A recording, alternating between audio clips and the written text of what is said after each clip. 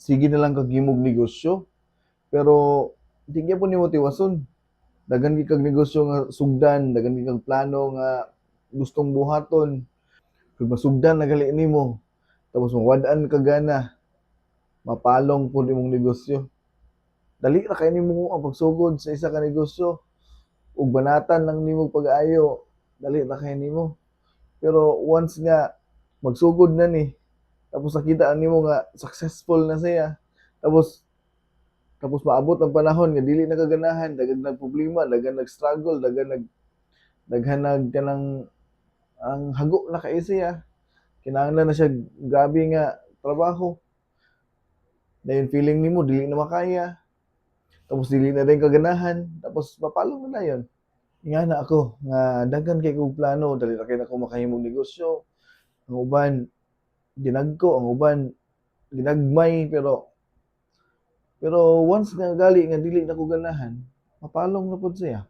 For example, o kung hago na kay siya, kanang lisod mangayo na gyud siya oras. Oo, gusto ganahan mo kayo na ko mag-antos, kaya na ko maningkamot, kaya na ko mo makaboom gyud kog negosyo kay panahon gali nga ganahan ko, balatan gyud ako nagmaayo.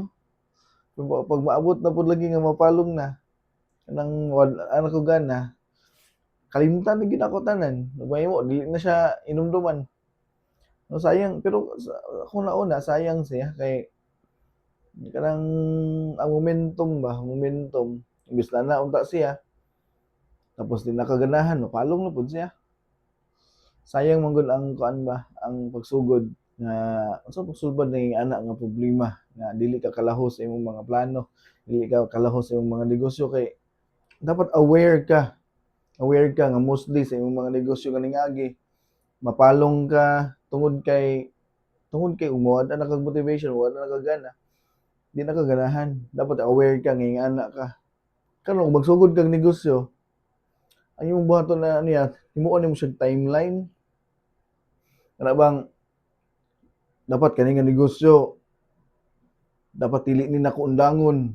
Maabot ang 1 month, 2 months, 3 months para makita nimo ang peak, makita nimo ang iyahang potential nga once nga na og karon og makita nimo ang potential mo nang dugayon nimo ang problema mo gud ana kung dili nimo na tagaan og timeline, posible mapalong ka lang isa ka semana ra. Kay once nga mapalong na imong gana, napalong po ka, mapalong po na imong una mapalong po na imong motivation para ana nga negosyo. Pero once gali nga tagaan mo siya timeline tapos i-pursue gyud nimo nga dapat kaning ani dili na ko ni undangan tamon maabot ni. Kung mo-success ba ni siya og dili. So what if mo success siya? So gara na mo kag laing timeline nga ipadayon nimo kay nana ang success nakita nimo nga naay potential, wala pa gali na abot nimo ang peak, muundang na ka. Ibutang nimo sa imong kagalingon nga kung mapadayon ako ni, successful ni, mo ni ang makatabang sa kuha, makatabang ni sa imuha. Ang ikatulo, bisan pag muwad-an kag motivation, ipadayon gyud gyapon nimo nga sulod nimo sa imong nahuna nga bisan pa man gyud nakaganahan, kanang di na nimo makita nga kaya nimong i-handle ang business, kinahanglan ipadayon nimo.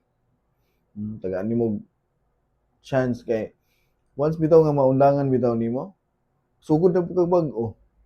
Pero sa tinuod lang lisod kay na siya kabuto ng mga butanga. Kay dili man og once nga wala kay gana, lisod ra pa gyud kaayo gyud pod nga ibalik.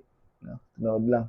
Pero at least na maunta to ang basic lang ta nga buhaton pero naa gyud isa pinaka-importante ni siya nga idea para lang gyud dili mapalong ang imong negosyo. Sa una nakanegosyo kog dinagko og kaayo aya siya napalong sa una.